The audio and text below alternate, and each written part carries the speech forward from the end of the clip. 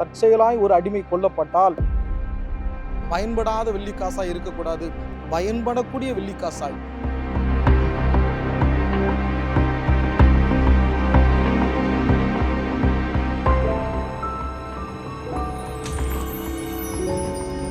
எல்லாம் உனக்காக.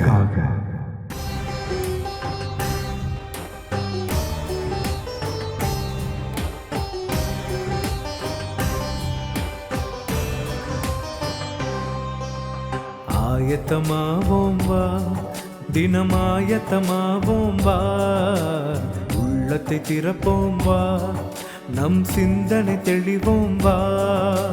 40 நாளில் மாற்றம் துவங்க ஆராய்ந்தறிவோம் வா. இந்த 40 நாளில் மாற்றம் துவங்க ஆராய்ந்திடுவோம் வா. நல்வழியை தேர்ந்தேவா, இறை வார்த்தையில் நடப்போம் வா. ஆயத்தமாவோம் வா, தினமாயத்தமாவோம் வா.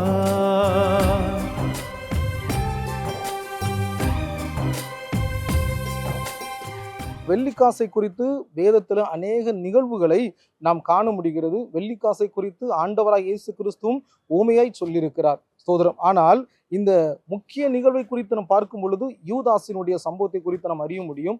ஆண்டவராய் இயேசு கிறிஸ்துவை 30 வெள்ளிக்காசுகாய் அவன் காட்டி கொடுத்தான் என்று சொல்லி மத்தேயு 26வது அதிகாரத்தினுடைய 15வது வசனத்தில் நாம் வாசிக்கிறோம். ஏன் வெள்ளிக்காசுக்காய் அவன் ஆண்டவராய் இயேசு கிறிஸ்துவை காட்டி கொடுக்க வேண்டும்?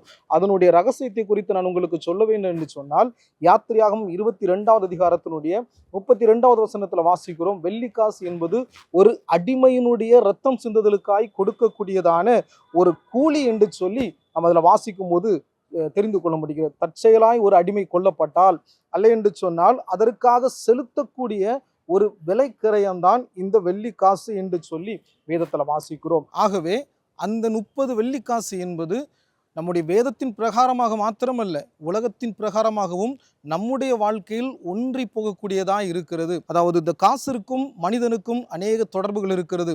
அந்த வெள்ளிக்காசு மண்ணிலிருந்து எடுக்கிறோம், மனிதனையும் மண்ணிலிருந்து ஆண்டவர் எடுத்தார். மண்ணினால் செய்யப்பட்டதான உடம்பு. 2வது, இந்த வெள்ளிக்கும் டெஸ்ட் உண்டு, மனிதனுக்கும் டெஸ்ட் உண்டு. வெள்ளியை புடமிடுவது போல் அவர் நம்மை புடமிட்டு வைத்திருக்கிறார். 3வது, அந்த வெள்ளி நாணயத்திற்கும் இமேஜ் இருக்கிறது, நமக்கும் ஒரு இமேஜ் இருக்கிறது. அது ஆண்டவர் நமக்கு கொடுத்திருக்கிறார். அவருடைய சாயல் என்கிற இமேஜ் நமக்கு கொடுத்திருக்கிறார். வேல்யூ, அந்த காயினுக்கு மதிப்பு இருக்கிறது, மனிதனாகிய நமக்கும் மதிப்பு இருக்கிறது. அந்த காயின் பயன்படக்கூடியது, யூஸ்ஃபுல்லாக இருக்கிறது, நாமும் யூஸ்ஃபுல்லாக இருக்கிறோம்.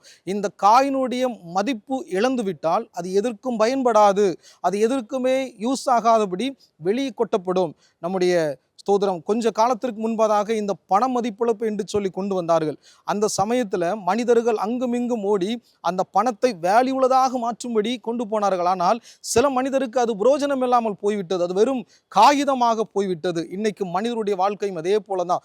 ஆண்டவருடைய கரத்தில் இருக்கிற வரைக்கும் தான் நமக்கு மதிப்பு. ஆகவே அருமையான தெய்வ பிள்ளைகளை, மதிப்பிழந்து போகாதபடி மதிப்புள்ள வெள்ளிக்காசாய் ஆண்டவர் கரத்தில் இருக்க வேண்டும்.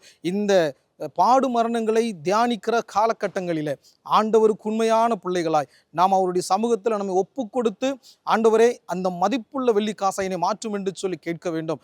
மதிப்பில்லை என்று சொன்னால் யூதாஸ் காரியத்தை ஆண்டவரை காட்டி கொடுக்கிறான். காட்டி கொடுத்து விட்டு ஸ்தோத்திரம், அவன் மறுபடியும் அடுத்த நாள் வந்து ஸ்தோத்திரம் அங்கே நிற்கிறதான எல்லா மனிதர்களுக்கு முன்பாக அவன் சொல்லுகிறான், நான் குற்றமில்லாத மாற்றற்ற ஆட்டுக்குட்டியை காட்டி கொடுத்து விட்டேனே என்று சொல்லி அவன் அந்த வெள்ளி காசை அந்த ஆலயத்தில் எரிந்து விட்டு செல்லுகிறான். அந்த எரிந்த காசை உண்டியலில் கூட போடவில்லை.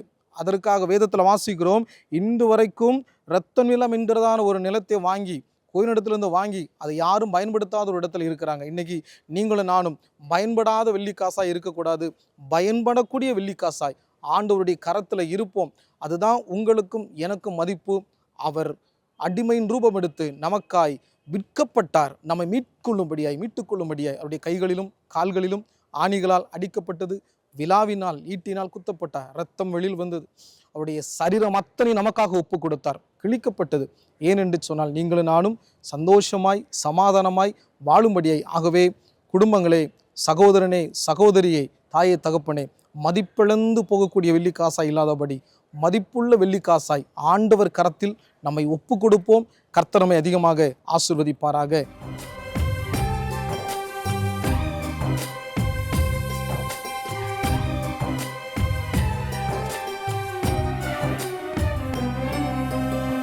சாம்பல் பூசி சரணடைவோம், ஒற்றுமையாய் ஜெபித்திடுவோம், ஆற்றல் வேண்டி தவம் இருப்போம், உறுதியோடு நிலைத்திருப்போம், ஏழ்மை மாற உதவிடுவோம், உறவை காக்க முடிவெடுப்போம், வேதம் கூறும் வழி நடப்போம், இறைவனிலே இணைந்திருப்போம். ஆயத்தமாவோம், நாம் ஆயத்தமாவோம், ஆயத்தமாவோம்.